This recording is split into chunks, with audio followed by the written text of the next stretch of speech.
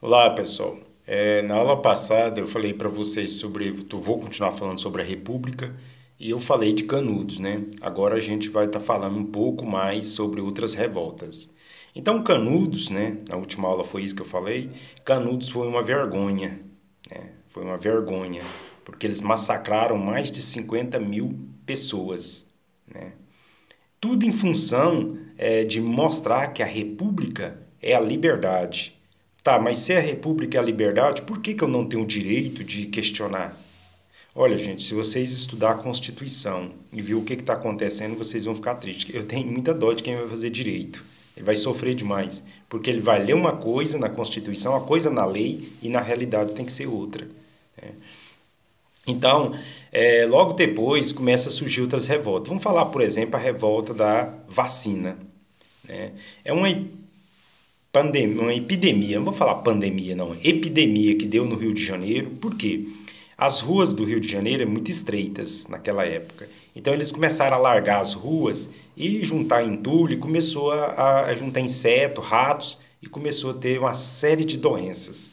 Malária, é, a peste bubônica, sarampo, uma série de doenças. Então a ideia era vacinar. Já existia vacinas para algumas dessas doenças. Então a ideia era vacinar. Só que naquela época não tinha diálogo. A vacina era na bruta. E vocês sabem que a vacina ela tem de organismo para organismo, ela tem uma reação. Tem pessoas que, por exemplo, vacina da febre amarela, que também começou naquela época, vacina da febre amarela, da diarreia, vomita. Outros não tem nada. Quer dizer, varia de organismo para organismo. Essa variação depende muito como está seu organismo. Se o seu organismo está bem, provavelmente você não vai sentir nada. Se o seu organismo está debilitado, provavelmente você vai sentir mais, né? Então foi o que aconteceu. Muitas pessoas estão com o organismo fraco, muito fraco, e essas pessoas, então, assim que recebem essa vacina, vem a óbito. E aí começa a surgir os rumores que aquela vacina, na verdade, era para matar as pessoas. A gente está vendo isso aí agora. Pessoas protestando para não tomar a vacina. O próprio presidente falou isso. Eu não aconselho vocês a vacinar. Né? Quer dizer, isso cria um medo. Então, muitas pessoas não estão vacinando com medo. Ah, vou receber um vírus vivo e tal. Não, a vacina muitas vezes é vírus vivo, não todas. Então, as pessoas têm medo. E naquela época, hoje, com toda a informação, você está com medo. Imagina naquela época, onde a maioria eram analfabetos, você soltou-se panfletos nas ruas dizendo que ia ter o dia da vacinação. A maioria é analfabeto, não sabe ler. Muitos é de outras regiões, de outros países, né? Porque ali no Rio de Janeiro você tem os cortiços, né? Ali você tem um italiano, francês, alemão, inglês. Então era muito complicado, ninguém sabe nem o que está escrito ali. E aí as pessoas saíram na rua para não vacinar, para impedir a entrada desses agentes de saúde, mais a polícia para obrigar as pessoas a vacinar. E aí vai ter essa guerra que nós chamamos guerra, né? Revolta da vacina, né? 1904. Bom, o governo, quando ele percebe que está matando mais gente com o conflito do que com a própria doença, ele recua. Porque o governo faz uma estatística e percebe, gente, morria 10 pessoas. Agora, com o conflito, está morrendo 300. Vamos recuar. Quer dizer, a revolta entre os policiais, a agente de saúde com a população está morrendo mais gente nesse conflito. Então, eles recuaram. As pessoas continuaram morrendo.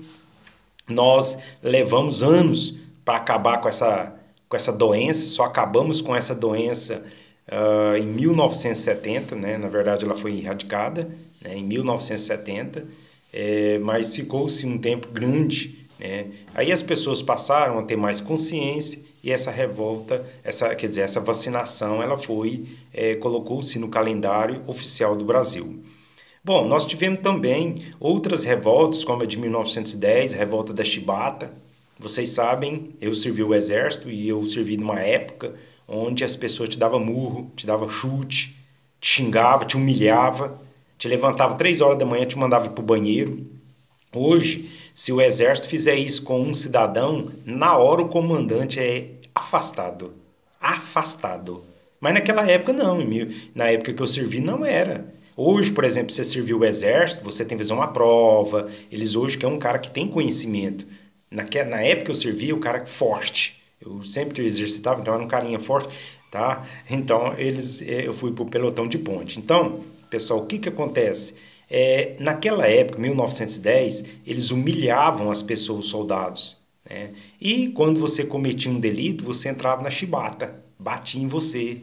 O comandante mandava te bater. Ah, você vai tomar 50 chibatadas. E aí um cidadão veio a óbito, José Cândido veio a óbito. E aí os outros marujos, isso foi no navio, revoltaram contra o comandante. E aí, por isso que o nome, a Revolta da Chibata.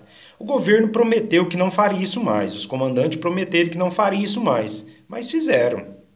Eles falaram que não faria até que as pessoas tenham tranquilidade. E eles prenderam os líderes e continuaram abusando, né, batendo nos marujos. Isso foi acabando por volta de 1980, 90, hoje não se usa isso mais. Até trote, hoje no exército, se você pregar um trote num recruta, o comandante pode ser afastado. Pessoal, faz um comentário desse aí e inserindo a República do Brasil, inserindo a revolta da vacina e a revolta da chibata, focalizando esses dois. Abraços.